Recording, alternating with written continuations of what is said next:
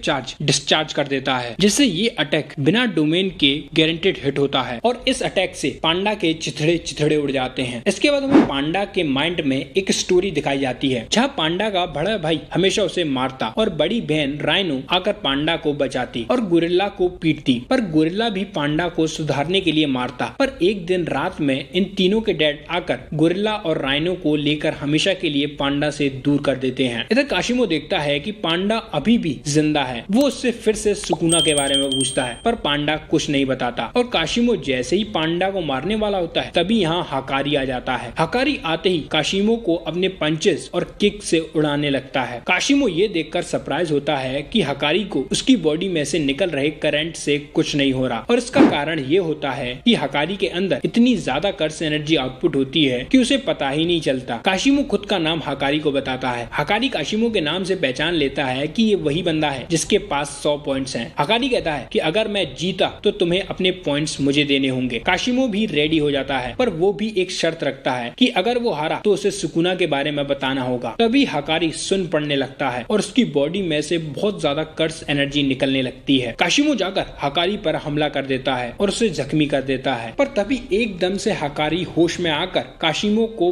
पंच से दूर उड़ा देता है। इसके बाद दोनों एक दूसरे पर बुरी तरीके से हमला करने लगते हैं। तभी काशिमो वही अटैक करता है जो उसने पांडा की बहन पर किया था, जिसमें वो पॉजिटिव चार्ज हकारी पर ट्रांसफर करके खुद की बॉडी में से नेगेटिव चार्ज डिस्चार्ज कर देता है। इस अटैक से हकारी का एक हाथ कट जाता है। अब काशिमो को लगता है कि हकारी तो गया और उसे खत्म करने के लिए आगे बढ़ता है, पर तभी हकारी अपने उस कटे हुए हाथ को रीजनरेट कर लेता है और काशिमो पर एक जोरदार पंच लगाता है। हमें यहाँ बताया जाता है कि हकारी के जैकपॉट हिट करते ही उसके अंदर अनलिमिटेड कर्स एनर्जी आ जाती है, जो कि 4 मिनट 11 सेकंड तक रहती है और इन 4 मिनट तक हकारी को मारना इम्पॉसिबल है। हकारी ने कभी भी रिवर्स कर्स टेक्निक नहीं सीखी, पर अनलिमिटेड कर्स टेक्निक की वजह से उसकी बॉडी अपने आप हील हो जाती है। तभी हकारी के आसपास जो गाना बज रहा था और उसकी कर्स एनर्जी डिक्रीज होने लगती है, जिससे काशिमो समझ जाता है कि हकारी का जैकपॉट खत्म हो गया है। पर तभी फिर से हकारी डोमेन एक्सपेंशन का यूज कर देता है ताकि जैकपॉट हिट करके वो फिर से अनलिमिटेड कर्स एनर्जी यूज कर सके। इस टाइम पर काशिमो भी समझ गया था कि अगर हकारी ने जैकपॉट हिट किया तो फिर से वो 4 मिनट के लिए इमॉर्टल हो जाएगा, इसलिए हकारी को इसी वक्त खत्म करने का डिसाइड करता है और ये दोनों एक दूसरे पर टूट पड़ते हैं। काशिमो हकारी को काफी पीटता है और घायल कर देता है, बट सडनली हकारी की बॉडी फुल रिकवर हो जाती है उसके डोमेन के कॉन्जिक्यूटिव इफेक्ट सीक्वेंस की वजह से। काशिमो फिर हकारी को बहुत मारता है, पर हकारी फिर से फुल रिकवर हो जाता है और तभी हिट होता है